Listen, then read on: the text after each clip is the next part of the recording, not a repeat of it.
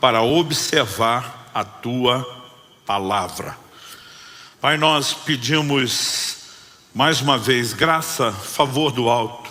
Pedimos que o Senhor nos permita, mais do que cumprir um protocolo de culto, de reunião, mais do que mera e simplesmente, ó Deus, a rotina de parar para ouvir algo, nós clamamos que, mais do que informação, possamos ser estimulados na nossa fé, tocados pelo Teu Espírito, desafiados, ó Deus, não só ao entendimento, mas a um lugar de resposta, frutificação, ao resultado de um entendimento que não seja só natural. Nós clamamos em nome de Jesus. Guia-nos pelo Teu Espírito, o Espírito da verdade, nesse momento, em nome de Jesus. Amém. Bom, eu tomei essa declaração do salmista nesse salmo de exaltação à palavra. Eu quero chamar sua atenção para a primeira frase do verso 97. Quanto amo a tua lei. Você pode repetir essa frase comigo? Diga, quanto amo a tua lei. Assim, uma versão um pouquinho mais empolgada. Sabe aquela que você espera a gente pedir para repetir, para usar só depois? Bem agora, né? Imaginando ter um ponto de exclamação no final e que nós vamos botar emoção junto nisso. Diga comigo, quanto amo a tua lei. Quanto amo a tua lei. Eu gostei. Agora eu queria pedir de novo só porque eu gostei de ouvir. Podemos dizer mais uma vez, quanto amo a tua lei. Quanto amo a tua lei. Cada vez que eu peço melhora, podemos fazer isso a manhã inteira. Não. O tema da minha mensagem hoje é amor pelas Escrituras. E eu quero tomar essa declaração do salmista, né? Quanto amo a tua lei, como ponto de partida que remete a uma ação prática. E diz, é minha meditação todo dia, o teu mandamento me torna mais sábio, né? Eu sou mais entendido porque guardo os teus preceitos, desvio, né, os meus pés de todo mau caminho para observar a tua palavra. Algo que fará toda a diferença na minha e na sua vida. Quando falamos dessa vida prática que Deus nos propõe, começa pelo amor pela palavra de Deus, o amor pela Bíblia, o amor pelas sagradas Escrituras.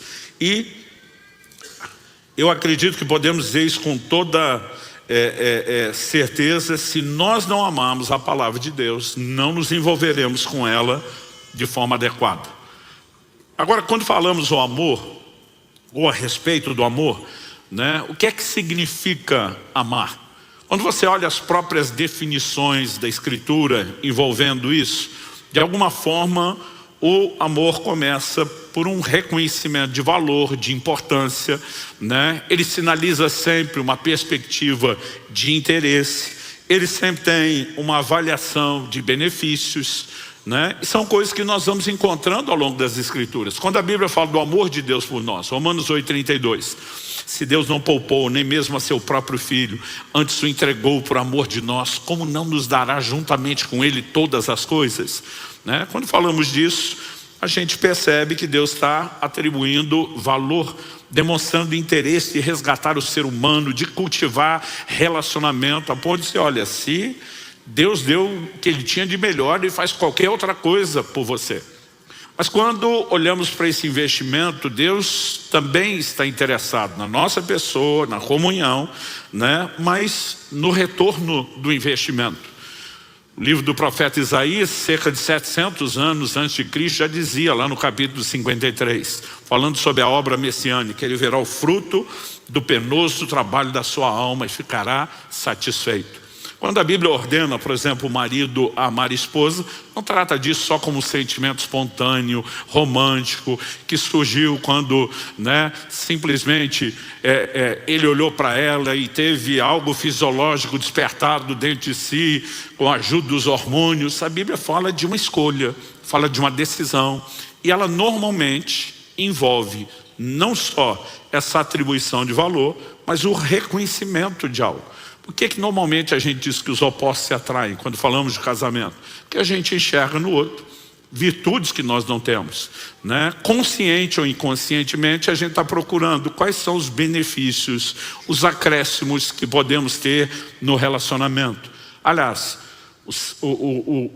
o O capítulo 31 do livro de Provérbios, que tem exaltação à mulher virtuosa, tem uma lista, né, de tudo aquilo que ela faz, de como enriquece o lar, a família, não só diretamente a vida do marido. Então, junto com essa questão do interesse, do valor, temos a questão dos benefícios. Eu quero pegar esse combo com a definição de amor e dizer que quando olhamos para a palavra de Deus não deveria ser diferente.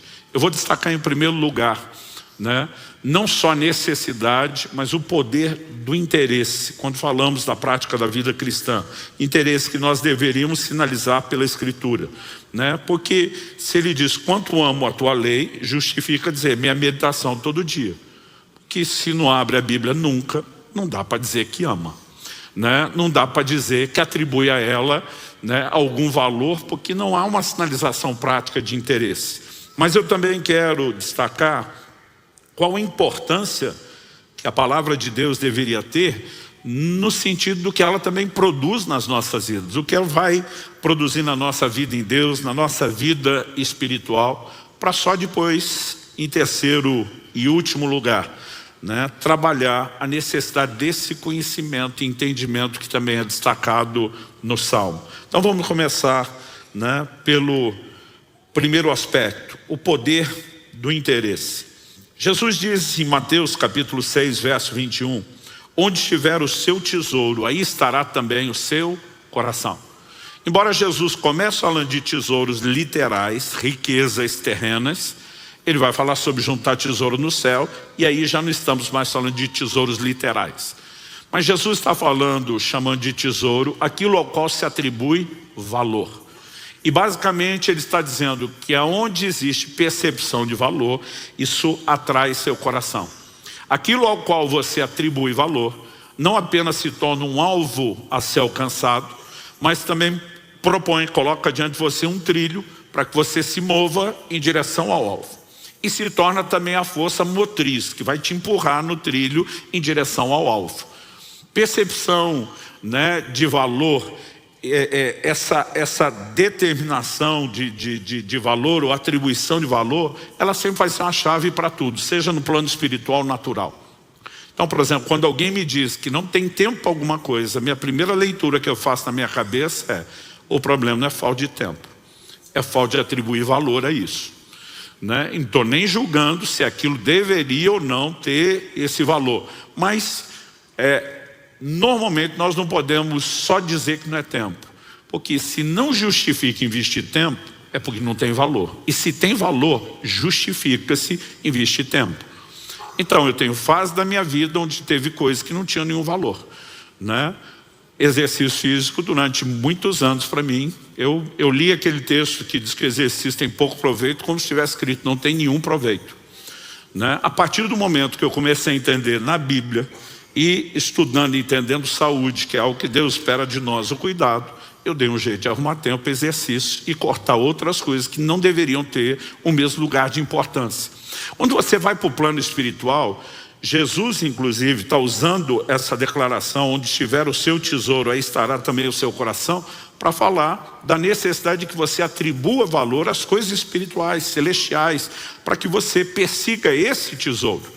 Então quando falamos disso, qual é o poder do interesse? Eu digo que o interesse, ele é a moeda de troca do reino de Deus. E eu sei que isso dói o ouvido de alguns, porque todo o combo da salvação, nós sabemos que Deus nos oferece pela graça, se recebe mediante a fé, então não envolve mérito. Como não envolve mérito, e a gente usa a expressão moeda de troca, pode soar uma contradição, mas eu te garanto que não é. Por quê?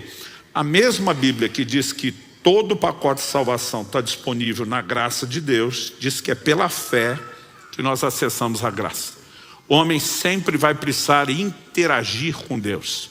Na interação, ele oferece alguma coisa para que ele possa acessar e usufruir outra.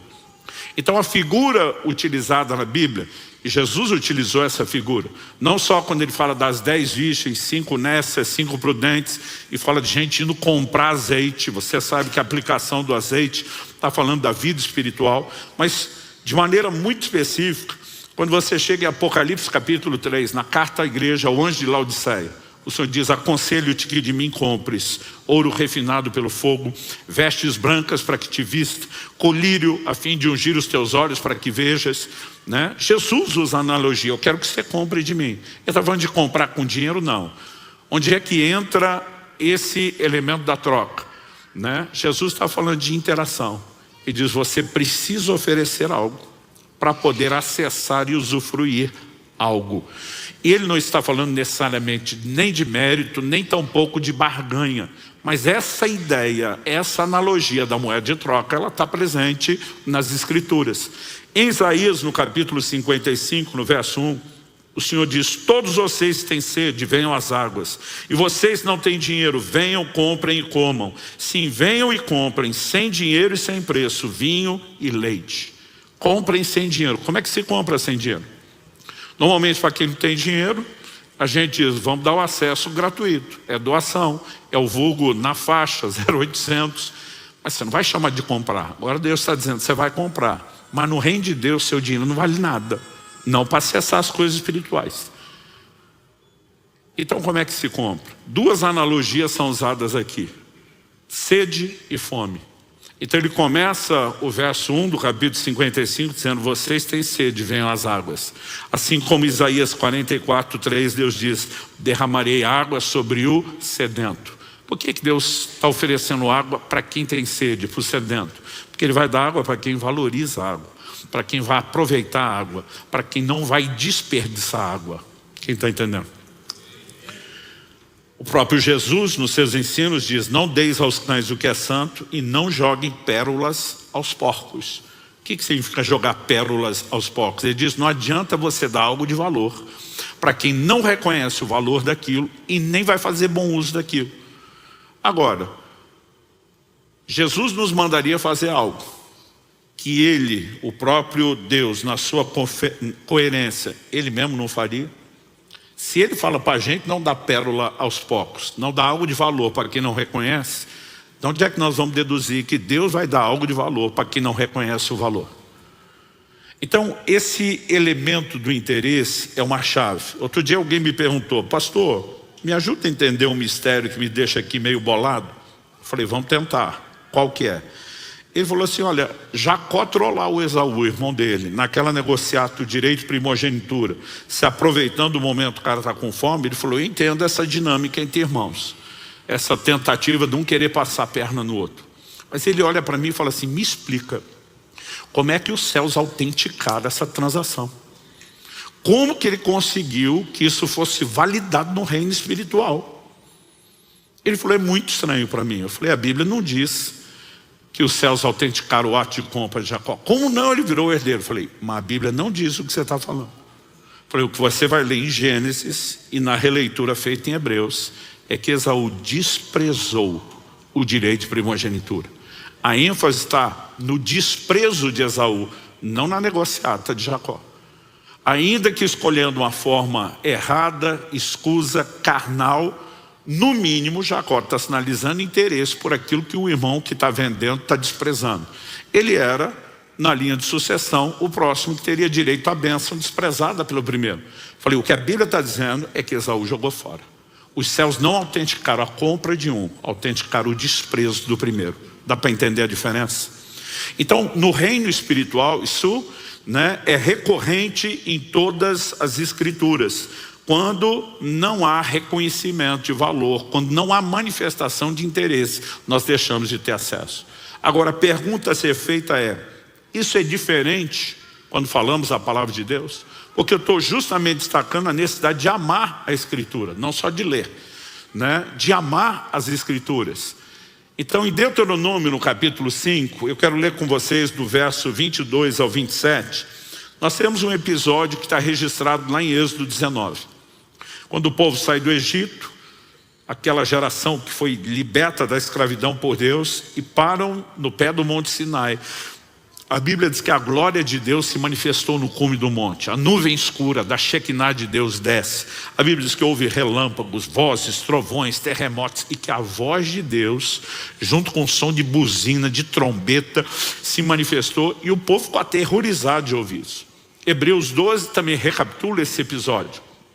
Mas em Deuteronômio, e o significado do nome do livro Deuteronômio significa segunda lei, ou repetição da lei, né? A gente tem não só a repetição dos mandamentos mais importantes, dados nos primeiros 4 livros do Pentateuco, mas uma espécie de highlights, os melhores e piores momentos daquela geração que sai do Egito rumo a Canaã.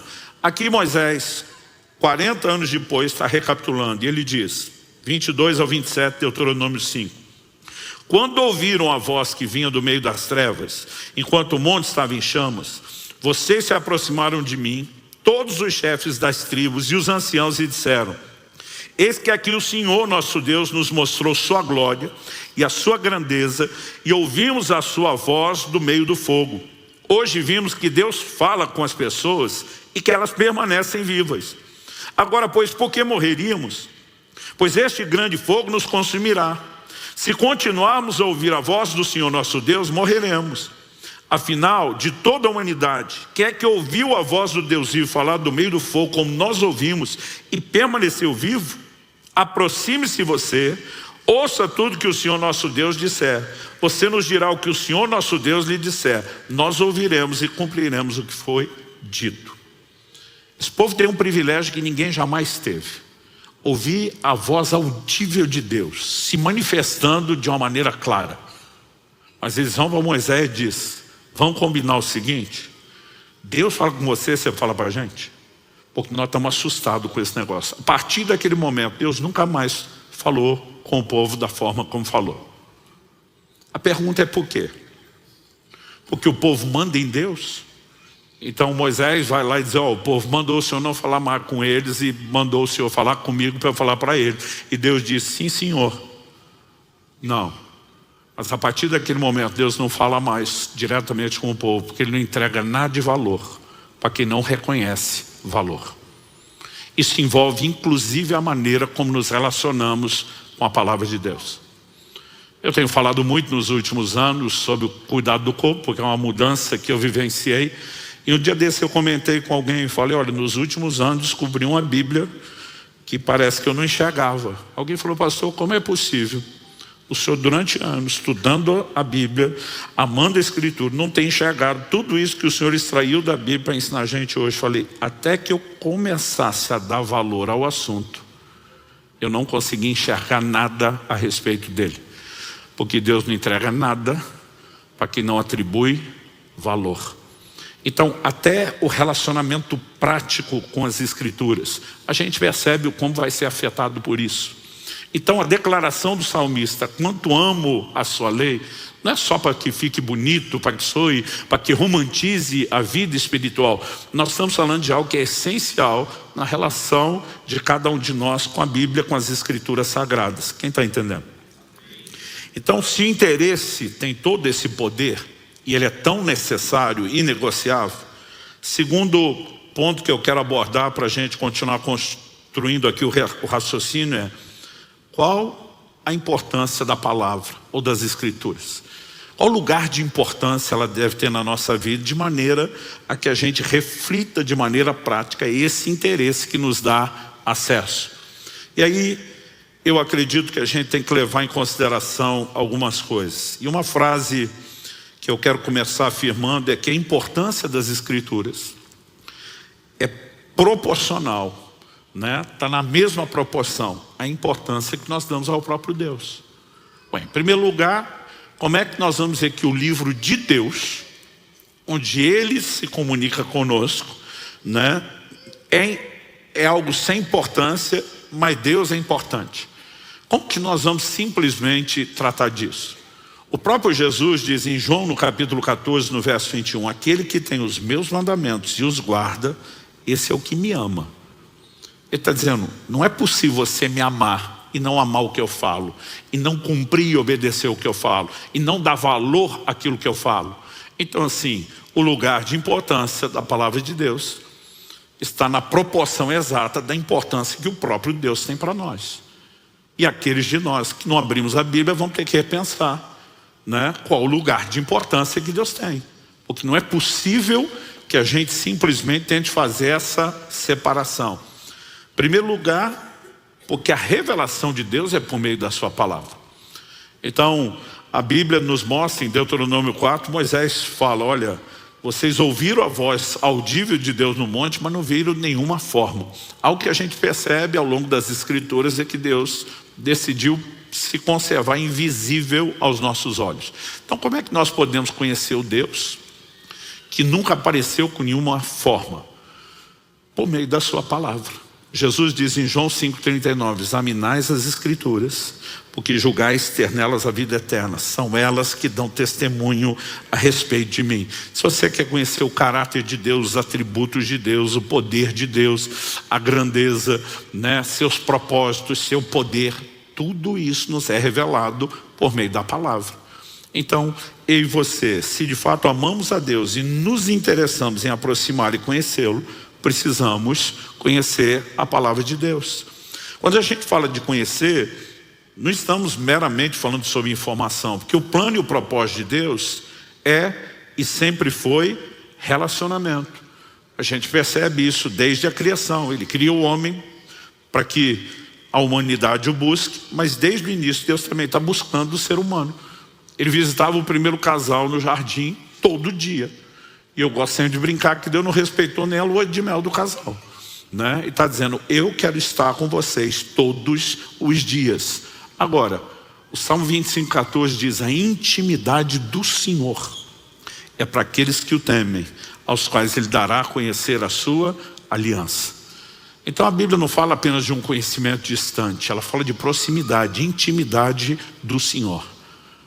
Isso envolve temor, sim, mas o temor do Senhor não é algo que nos mantém distante dele. É algo que nos leva a um comportamento reverente, de reconhecimento de quem Ele é, da sua grandeza, mas que nos permite ainda assim acesso, e o acesso, quanto maior for a intimidade, acredito que maior também será o temor, porque essas coisas não são excludentes. Mas quando ele diz, aos quais Ele dará a conhecer a sua aliança, aliança é o termo usado largamente na Escritura, desde o Antigo Testamento, para falar da lei de Deus, dos mandamentos de Deus. Então, a própria palavra nos leva à intimidade com Deus, e a intimidade aumenta a compreensão da palavra de Deus. Eu creio que só aqui nós temos um excelente motivo, né, para destacar aqui a importância da palavra. Mas nós também podemos pensar nos benefícios que desfrutamos por meio da palavra de Deus. O que ela pode fazer na minha e na sua vida? Em primeiro lugar, nós temos que começar do começo, do ponto de partida, salvação.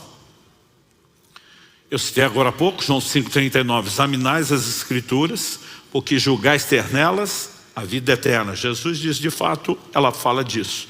Elas testificam a respeito de mim. E eu sou aquele que veio prover vida eterna. Então, assim, não há salvação a não ser por meio da compreensão da mensagem de Deus na sua palavra. Em Lucas 16, há um mês atrás, eu preguei aqui uma mensagem titulada Está Escrito, estabelecendo o fundamento de que a Bíblia é o livro de Deus, inspirado por Deus, como, né, devemos olhar de uma forma geral. Hoje, né, estou meio que continuando o assunto e tentar levar você para esse entendimento. Poxa, o que de prático nós vamos fazer no sentido de mergulhar um pouquinho mais fundo. Mas já naquela ocasião, a gente destacou essa questão da salvação pela palavra. Em Lucas 16, quando Jesus fala do rico e o Lázaro, e fala do rico pedindo, manda o Lázaro de volta, advertir meus irmãos para eles não virem para o inferno. A resposta dada, né, naquela mensagem por meio de Abraão é, eles têm Moisés e os profetas, ouçam-nos. Tipo, a Escritura já foi dada. Quer escapar da condenação eterna, quer salvação, ouça as Escrituras. Então, o ponto de partida é esse. Mas quando nós falamos de salvação, nós nunca podemos limitar isso somente à experiência inicial da conversão. Porque quando falamos de salvação, a gente precisa pensar num combo. O livro de Filipenses fala sobre desenvolver a salvação com temor e tremor. Então, aquilo que começa na conversão, ele continua, ele cresce, ele deveria ser desenvolvido depois. Então, em 1 de Pedro, no capítulo 2, no verso 2, a Bíblia diz assim, como crianças recém-nascidas, desejem o genuíno leite espiritual, para que por ele seja dado crescimento para a salvação. Então, está falando de alguém que já se converteu. Para chamar de criança recém-nascida, espiritualmente, né, está sendo chamado de bebê aquele que acabou de nascer de novo. Teve a experiência de conversão, de regeneração. Mas como qualquer criança, para crescer, precisa de alimento. E ele diz que o crescimento para a salvação vem pelo alimento. Que alimento é esse? É a própria palavra. A mesma palavra que nos introduz na experiência de salvação nos permite crescer na mesma experiência, em todos os processos de santificação, de amadurecimento. Aliás, quando a Bíblia usa essa figura do leite, evidente, está falando da palavra como alimento espiritual. Em Mateus 4,4, Jesus diz: nem só de pão viverá o homem, mas de toda a palavra que sai da boca de Deus. Jesus está dizendo, você não é só um corpo, uma matéria a ser alimentado. Você também é um ser espiritual. E o seu ser espiritual, o seu espírito precisa de alimento para subsistência, como o seu corpo precisa. E esse alimento é a palavra de Deus.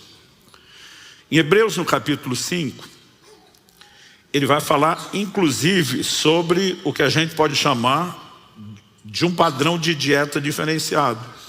Verso 11, a esse respeito temos muitas coisas a dizer, coisas difíceis de explicar, porque vocês ficaram com preguiça de ouvir. Outras traduções diz, se tornaram lentos para aprender, negligentes para ouvir.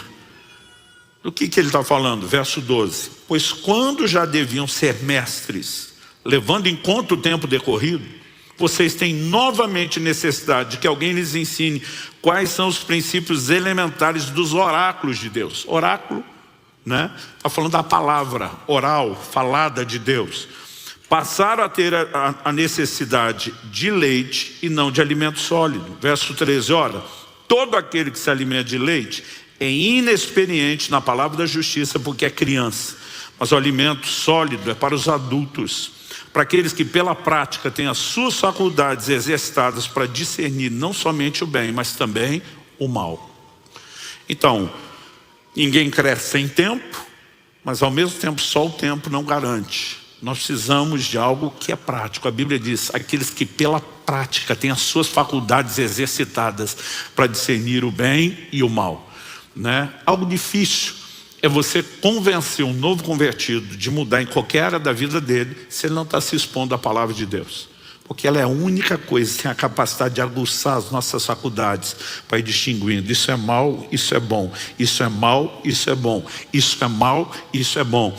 E há um envolvimento prático com as Escrituras que nos permite, por meio, quanto mais nos alimentamos dela, crescer e mudar inclusive o padrão da dieta. E coisas que no início eram difíceis de explicar, não serão tão complicadas depois.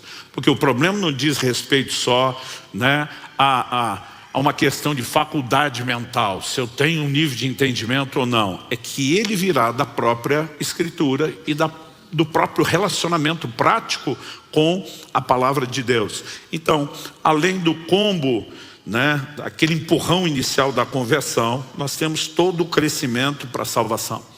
E um alimento, né, para o seu espírito. Mas a Bíblia também é alimento para a sua fé. Ela traz fortalecimento para a fé. Se a Escritura diz que o justo viverá da fé, que sem fé é impossível agradar a Deus, que sem fé ninguém recebe nada de Deus. Quando falamos da fé, nós estamos falando de algo vital, essencial. A Romanos 10:17 diz que a fé vem por ouvir, e ouvir a palavra de Cristo, ou a pregação de Cristo. Então, como podemos esperar que haja fé para quem não alimenta a sua fé? O apóstolo Paulo escreve a Timóteo e diz em 1 Timóteo 4:6, você será nutrido pelas palavras de fé que pegamos. Nutrido é alimentado. Palavras de fé, né? A própria pregação da palavra, ela vai nutrir e alimentar a nossa fé.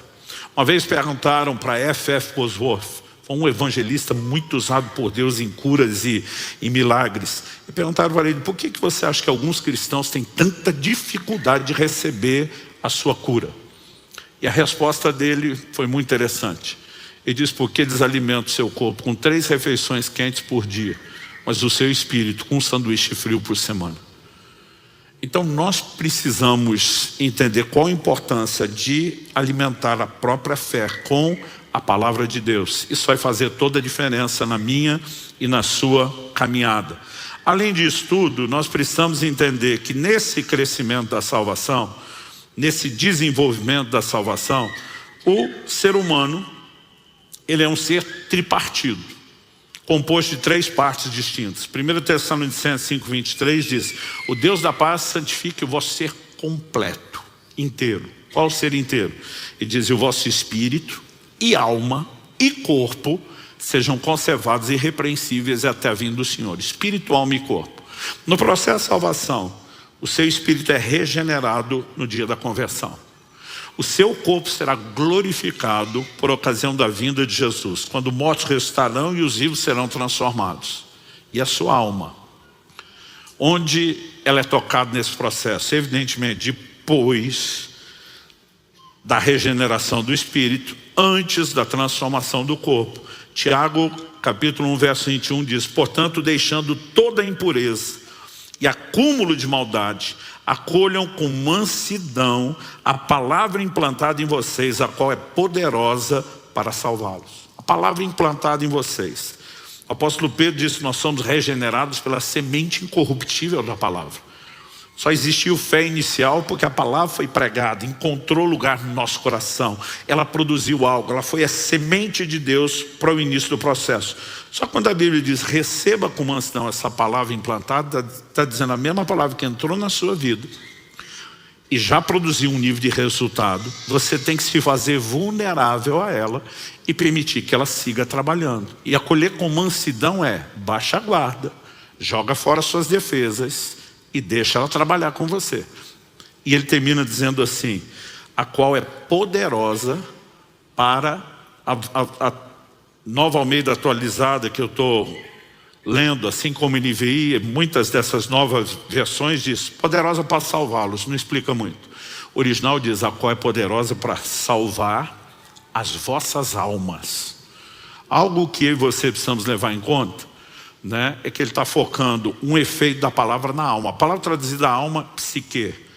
Ela vai falar da mente, ela vai falar da razão, ela vai falar de emoções, ela vai falar de vontade. E a gente diz que a alma é a sede da personalidade, que tem esse tripé: intelecto, né, vontade e emoções. A palavra de Deus trabalha lá. Salmo 19:7 diz: a lei do Senhor é perfeita e restaura a alma. Essa palavra traduzida salvar, ela é diferente da maior parte das palavras que são empregadas no Novo Testamento para se falar de salvação, que normalmente é sotero. Essa palavra aqui traduzida salvar é sozo. O que é sozo? Você já deve ter lido nos evangelhos, onde Jesus curava um enfermo, ele normalmente diz: tua fé te curou. As traduções mais antigas diz: tua fé te salvou. A palavra lá é sozo. Porque sozo pode significar salvação no sentido de alguém estar se afogando, você corre ajudar, mas ela também significa cura, restauração, libertação. E quando o sozo está sendo aplicado, está falando o quê? De uma cura, de uma restauração, porque sua alma, diferente do seu espírito, não vai ser regenerada, ela vai ser restaurada. Restaurada do quê? Eu e você, quando viemos a Cristo, a gente foi perdoado de toda a culpa e condenação. Você pode dizer amém? Só que a Bíblia diz que nós temos que remover os acúmulos. Outras traduções dizem o vestígio da maldade. Essa palavra no original, ela aponta para a ideia de resíduo. O que é o resíduo? O resíduo é o indício de alguma coisa que esteve lá e não está mais. Então um perito, quando vai avaliar a cena de um crime, ele vai avaliar vestígios e resíduos, né? Então ele consegue muitas vezes interpretar o que aconteceu a partir do que sobrou. A cena do crime só tem os vestígios, o que aconteceu já não está mais lá, mas dá para saber o que teve presente olhando vestígios. Mesmo que Deus tenha removido a grande sujeira do pecado da nossa vida, nossa alma tem marcas. Nossa maneira de pensar foi programada ao comportamento velho. É por isso que Romanos 12 diz que nós temos que nos transformar pela renovação da nossa mente. Ninguém muda comportamento sem mudar valores. E como que nós podemos mudar nossa mente? Pela palavra de Deus. A gente tem que receber com mansidão essa palavra. Ela tem que reprogramar nossos valores. Ela precisa tocar nossas emoções. Porque muitos de nós temos uma história que, apesar de ter sido perdoado, regenerado, recomeçado, nós temos experiências de dores, de emoções deturpadas pelo pecado, pelas más experiências, e não há nada que tenha o poder de gerar tamanha restauração e conserto em mim e você, como ação da palavra de Deus. Ela vai mudar a nossa vontade, ela vai mudar a nossa forma de pensar, ela vai sarar nossas emoções, e nós precisamos desse processo. Ele é inevitável naquilo que a gente define como santificação. Além de tudo isso, eu poderia acrescentar aqui um último tópico. Falei da salvação, do crescimento espiritual, do fortalecimento da fé, da restauração da alma. Um último tópico: vitória sobre o diabo. Em 1 de João, no capítulo 2 e no verso 14, é lógico que João está falando numa figura espiritual. Ele vai falar de filhinhos, de pais e de jovens. Ele não está falando só da idade cronológica. Ele também fala de gente que é nova na fé. Ele fala de alguns que já avançaram. E fala daqueles que já estão exercendo paternidade espiritual. E diz: filhinhos, escrevi a vocês porque conhecem o Pai. Pais, escrevi a vocês porque conhecem aquele que existe desde o princípio. Jovens, escrevi a vocês porque são fortes e a palavra de Deus permanece em vocês, e vocês já venceram o maligno. Há uma relação entre a palavra de Deus na nossa vida e o poder de vencer o diabo. Como foi que Jesus enfrentou Satanás na tentação do deserto? Está escrito, está escrito, está escrito. Em Efésios 6, Paulo diz que em toda a armadura de Deus, conjunto de armas, que na sua maioria é constituído de armas de defesa, nós temos uma arma ofensiva de ataque. Qual é? E diz: a espada do Espírito, que é a palavra de Deus. Então, nós temos uma ferramenta para vencer o reino das trevas. Você olha para esse combo, para esse pacote de benefícios, a pergunta é: como não atribuir valor a algo tão essencial? Não é meramente a questão do meu interesse. Eu preciso disso porque é do meu interesse. Deus está dizendo: sim, eu dei isso para o seu benefício, e eu quero que você reconheça o benefício para usar. Ele vai dar água para o sedento, porque o sedento sabe que precisa da água, e a água vai fazer diferença. Ele está falando sobre quem tem fome, comprar dele alimento, porque sabe que precisa e vai fazer diferença. E quando nós reconhecemos o poder de ação da palavra de Deus, isso nos ajuda na atribuição de valor, que por sua vez nos faz acionar a lei ou o poder do interesse. Quem está entendendo? George Miller, um gigante da fé contemporâneo, ele dizia, contemporâneo comparado aí desde a época dos apóstolos, né? É lógico que ele já partiu para estar com o Senhor há um certo tempo, mas ele dizia: o vigor de nossa vida espiritual está na proporção exata do lugar que a Bíblia ocupa em nossa vida e em nossos pensamentos. Não tem como discordar de uma frase dessa. Então, o valor ou a importância das Escrituras é proporcional à importância que nós damos a Deus. Agora, voltando à declaração inicial do Salmo 119, 97, quanto amo a tua lei, é minha meditação todo dia.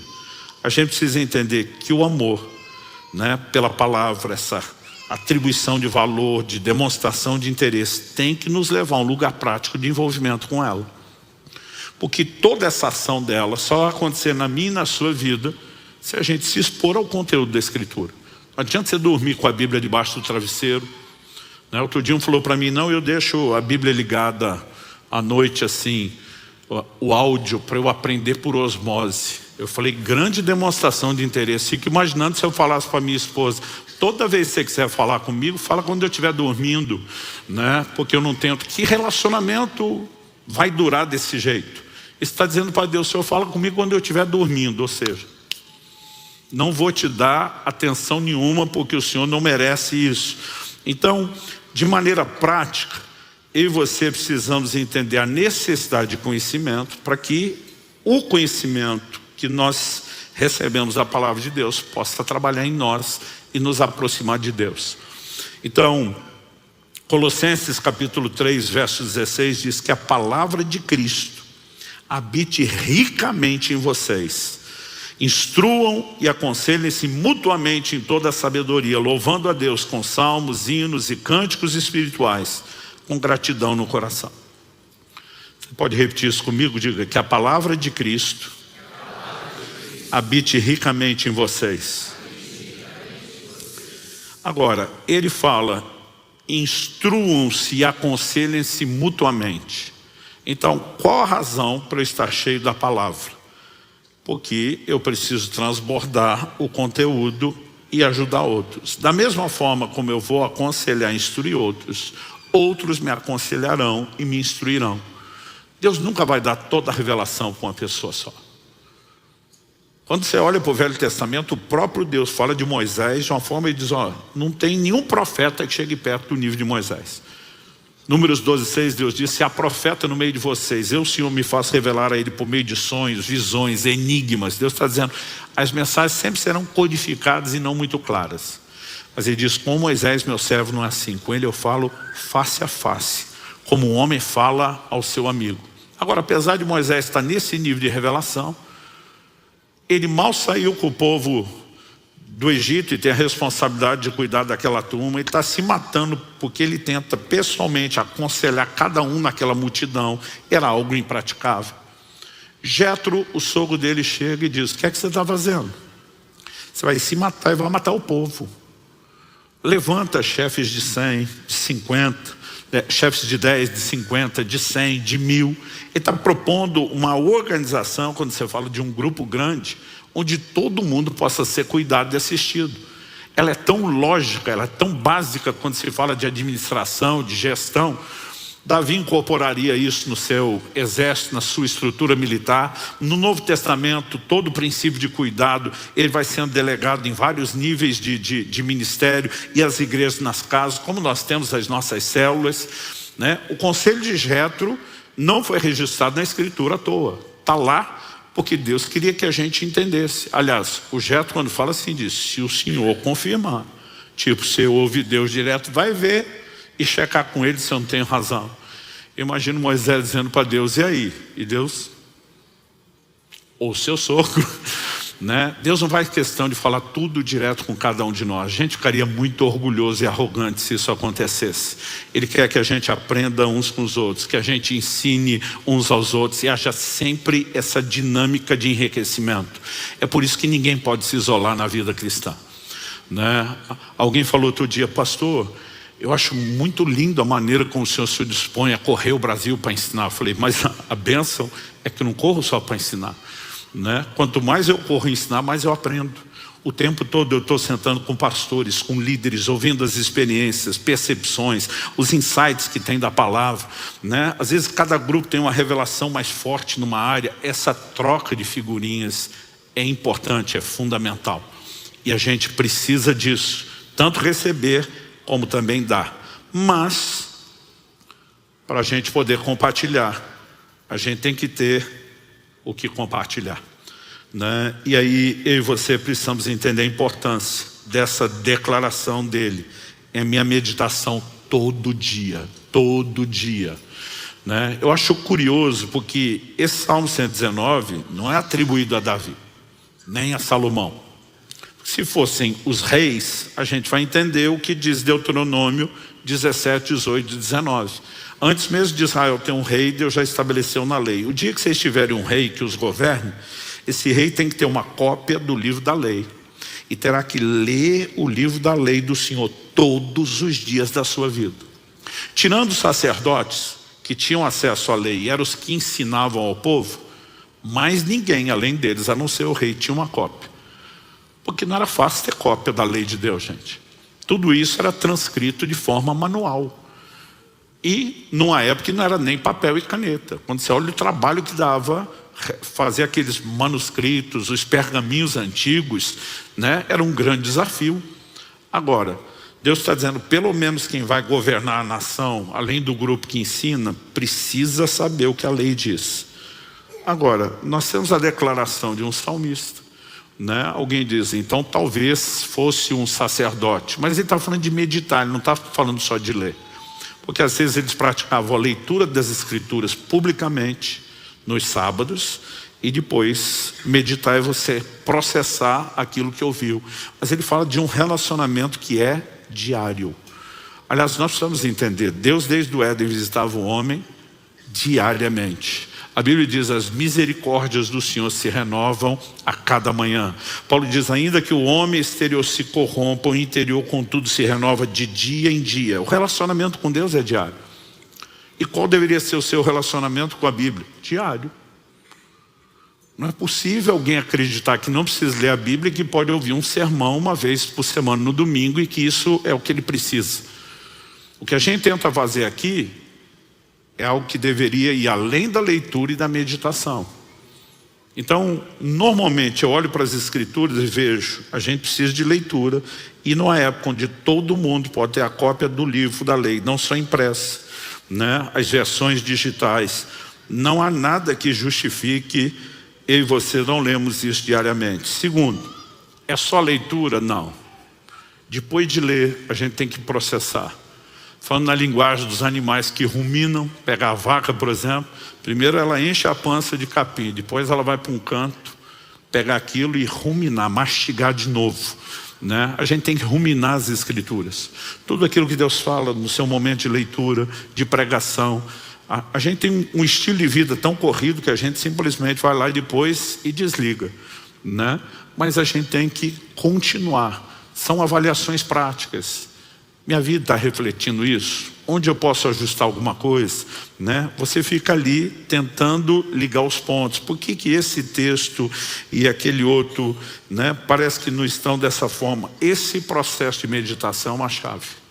Mas nós ainda podemos falar do que Jesus diz, examinai as Escrituras. Examinar é estudo profundo, é minucioso, né? Agora, normalmente as pessoas chegam e me perguntam, pastor, como é que eu estudo? Como que eu interpreto a Bíblia? Eu falo, antes de mais nada, você tem que ler.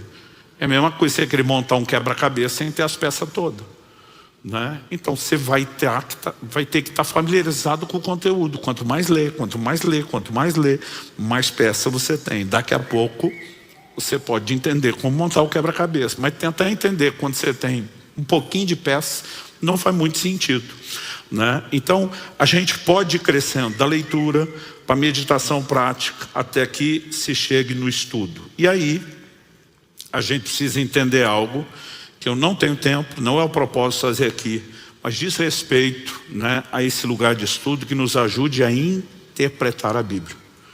Em Lucas, no capítulo 10, dos versos 25 a 28, a Bíblia diz que um escriba, quem eram os escribas? Os copistas, esses ficavam fazendo as cópias manuais, né, da lei de Deus. Ou seja, pensa na turma que estava familiarizada com o conteúdo, era eles. Eu, na minha adolescência, escrevi livros inteiros da Bíblia à mão, transcrevendo à mão, né? Muitas vezes eu li em voz alta, muitas vezes transcrevia, porque eram formas de memorizar as Escrituras. Os caras viviam disso. Então eles passaram a ser chamados de intérpretes da lei, porque eles tinham o conhecimento do todo e a capacidade de conectar os textos e responder às perguntas. O texto diz assim, eis que certo homem, intérprete da lei, se levantou com o objetivo de pôr Jesus à prova. Ou seja, não era aquela curiosidade de ser beneficiado, era só, vamos ver se o cara é bom mesmo. Então ele perguntou, mestre, que farei para herdar a vida eterna? Então Jesus lhe perguntou, o que está escrito na lei, como você entende? A isso ele respondeu, ame o Senhor seu Deus de todo o seu coração, de toda a sua alma, com todas as suas forças e com todo o seu entendimento. E ame o seu próximo como você ama a si mesmo. Então Jesus lhe disse, você respondeu corretamente.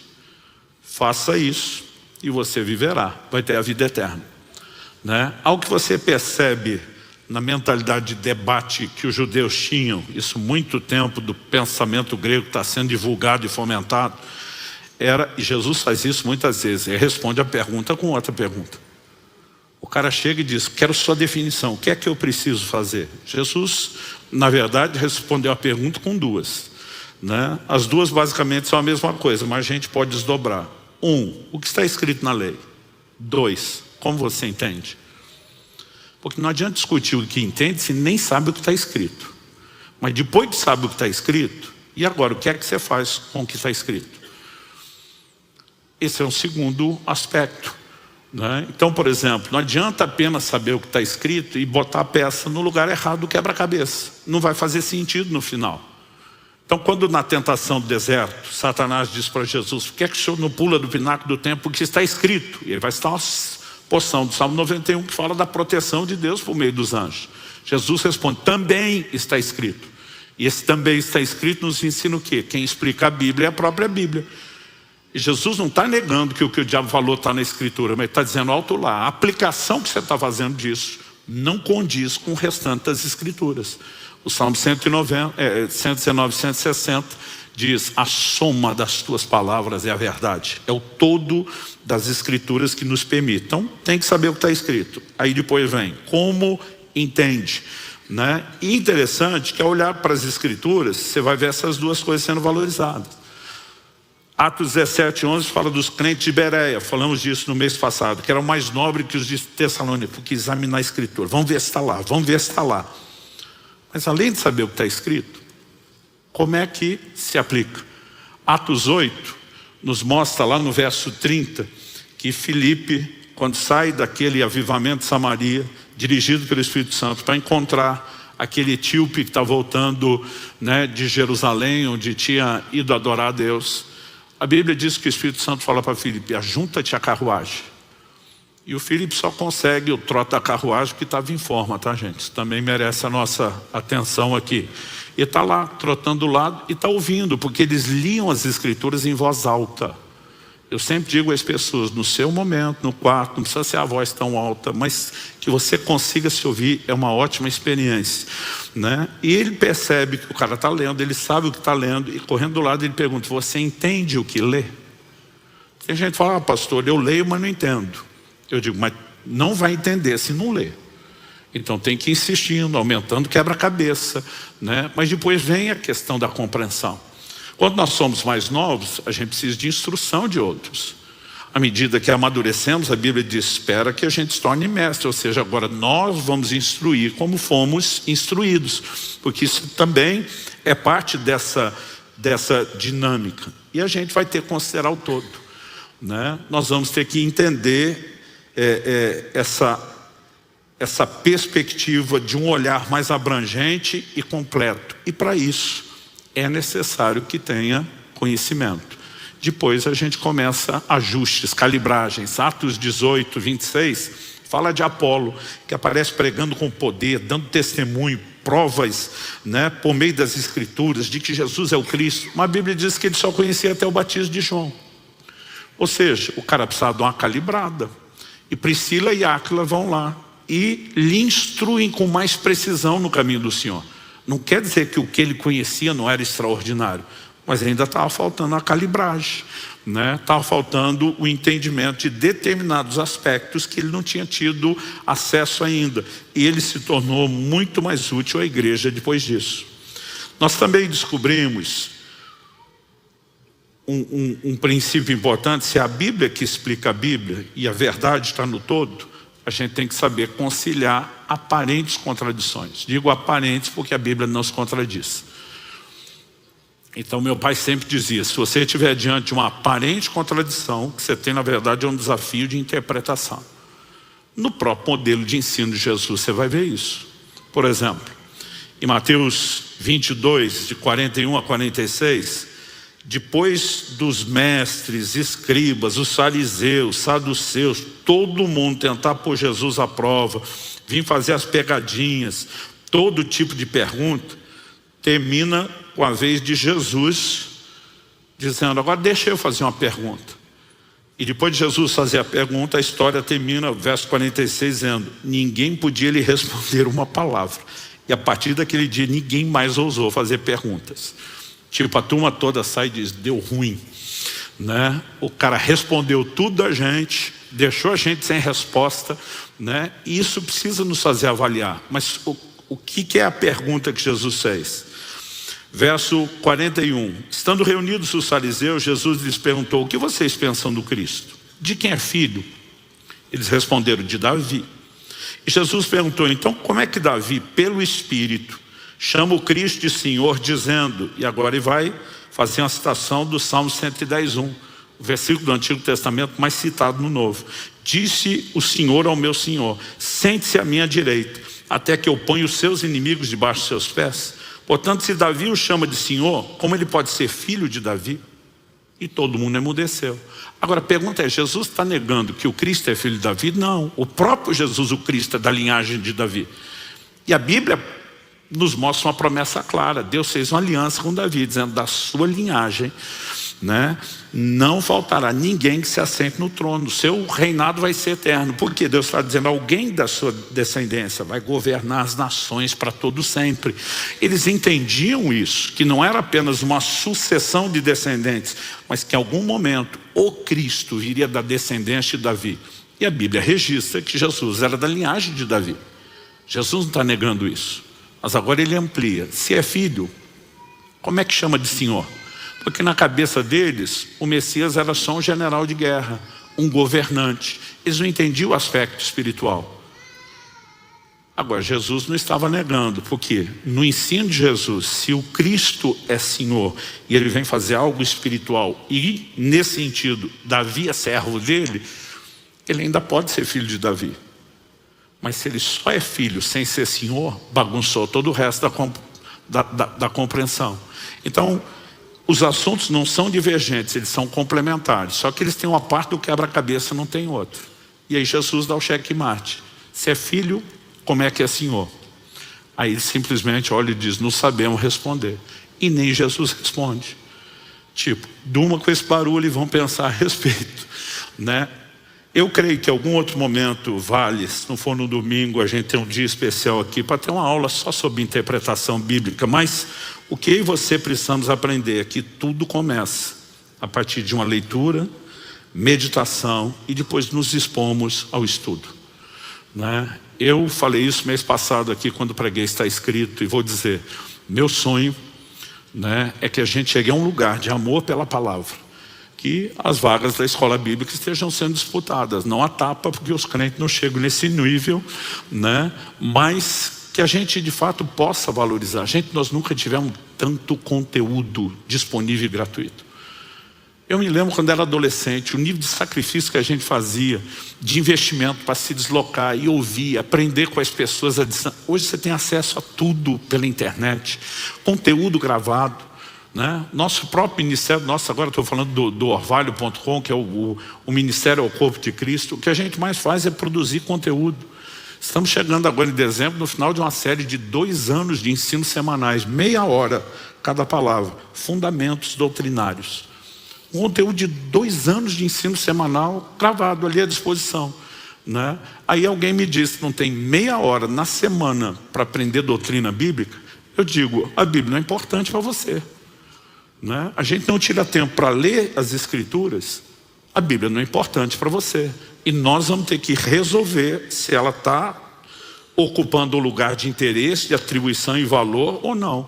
Porque se a gente diz, quanto amo a tua lei, tem que dizer, é minha meditação todo dia, meu entendimento está aumentando, porque o versículo inicial que nós lemos, ele diz, tenho mais entendimento que meus mestres, mais do que os idosos. Ele está falando de um entendimento que vai se tornando progressivo, porque ler e meditar todo dia não nos deixa estagnados, nos faz crescer na compreensão da palavra de Deus. Quem está entendendo, diga amém. Terminando, eu quero citar uma frase de A.W. Tozer, dos meus escritores prediletos. Nunca vi um cristão útil que não fosse estudante da Bíblia.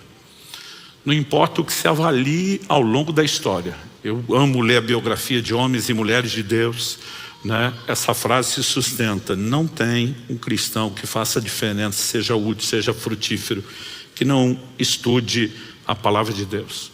Uma das memórias mais fortes que eu carrego quando eu penso na pessoa do meu pai, né? É a imagem que eu tenho dele sentado. Papai não tinha escritório, então a mesa da sala de jantar era o escritório dele. Aqui ficava assim, quando não era horário de refeição, estava aquele monte de versão de Bíblia, comentário bíblico aberto, papai estudando, né? A gente podia passar, fazer barulho, parece que não tinha o que mexer naquele mundo dele. E aquela imagem é algo que eu tenho forte. Ele nos ensinou, não só por preceito, mas pela prática, amar a palavra de Deus, valorizar as Escrituras. E só para recapitular o que já falamos, o que é que significa em termos práticos amar a palavra de Deus? Devemos reconhecer poder do interesse, a importância da palavra, que é o que vai nos levar à atribuição de interesse, e o resultado direto, a necessidade de conhecimento, é minha meditação todo dia, eu vou crescer em sabedoria. Essas coisas estão todas interligadas e amarradas, não só no texto, mas na prática do dia a dia da vida cristã. Então eu quero te encorajar. Programe-se para ler, para estudar, para aprender sistematicamente a palavra de Deus, né? A princípio, quando preguei a mensagem do Está Escrito, eu tinha pensado em enfileirar 2 ou 3 domingos falando só de Bíblia. Eu entendi de Deus que deveria espaçar isso um pouquinho.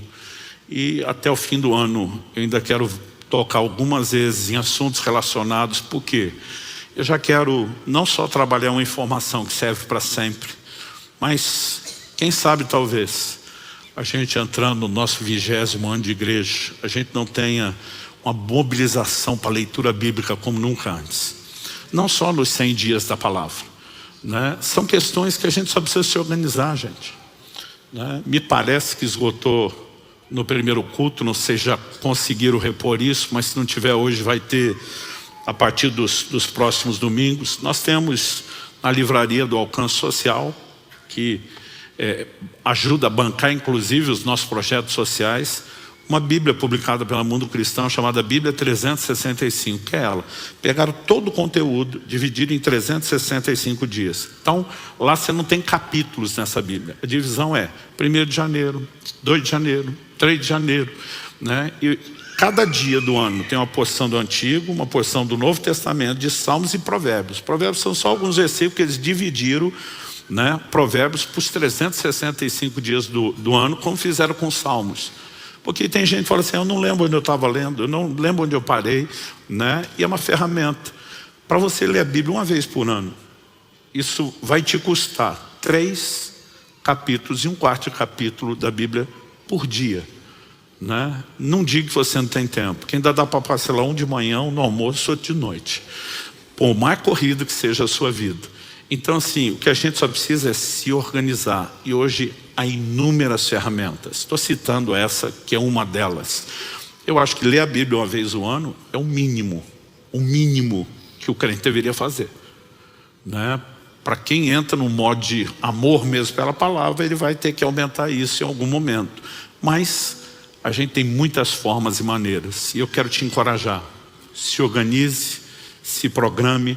Nós temos, né, muita gente vivendo estações diferentes da fé. Temos novo convertido, tem gente mais velha. Lógico, se espera de quem tem mais tempo de caminhada mais do que quem está começando, mas de maneira prática, que cada um de nós possa entrar nesse lugar de, como salmista, dizer: quanto amo a tua lei, ela é a minha meditação todo dia.